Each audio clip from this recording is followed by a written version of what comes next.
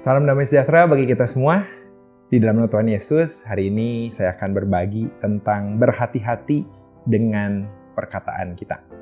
Mengapa kita harus berhati-hati dengan perkataan? Bukankah ini adalah hal yang biasa kita lakukan sehari-hari? Karena kita berbicara, bercakap-cakap, dan banyak hal yang kita lakukan. Tapi ternyata ketika kita berhati-hati dalam perkataan kita, ada beberapa hal yang penting. Yang pertama, ketika kita berhati-hati dalam perkataan kita sedang belajar dari perkara yang kecil. Yakobus pasal 3 ayat yang kedua, sebab kita semua bersalah dalam banyak hal, barang siapa tidak bersalah dalam perkataannya, ia adalah orang sempurna, yang dapat juga mengendalikan seluruh tubuhnya. Artinya ketika kita berhati-hati dengan perkataan kita sedang belajar juga mengendalikan tubuh kita. Dari hal yang kecil, perkataan, kita sedang belajar untuk hal yang besar. Yang kedua, hati-hati dalam perkataan itu bisa berdampak besar.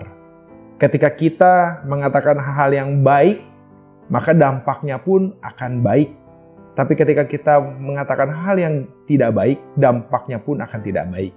Mari kita lihat Yakobus pasal 3 ayat 5 dan 6. Demikian juga lidah, walaupun suatu anggota kecil dari tubuh, namun dapat memegahkan perkara-perkara yang besar. Lihatlah, betapapun kecilnya api, ia dapat membakar hutan yang besar.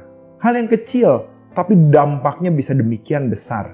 Ketika kita sering berkata-kata jahat, mungkin orang lain pertama tidak akan terganggu. Tapi ketika akhirnya terus dan terus, perkataan kecil itu menjadi dampak yang besar. Begitu juga dengan perkataan yang baik. Kalau perkataan baik itu terus kita ucapkan, maka akan memberi dampak yang besar juga bagi mereka yang mendengarkannya. Dan yang ketiga, mengapa harus berhati-hati dalam perkataan?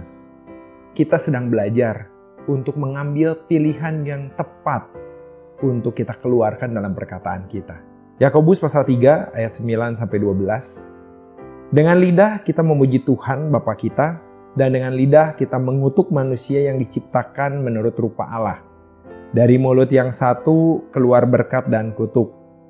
Hal ini saudara-saudaraku tidak boleh demikian terjadi. Kita harus mengambil pilihan-pilihan yang tepat yang kita perkeluarkan dari mulut kita. Karena apapun yang kita keluarkan itu berasal dari perbendaharaan hati kita. Lukas pasal yang ke-6 ayat 45. Orang yang baik mengeluarkan barang yang baik dari perbendaharaan hatinya yang baik.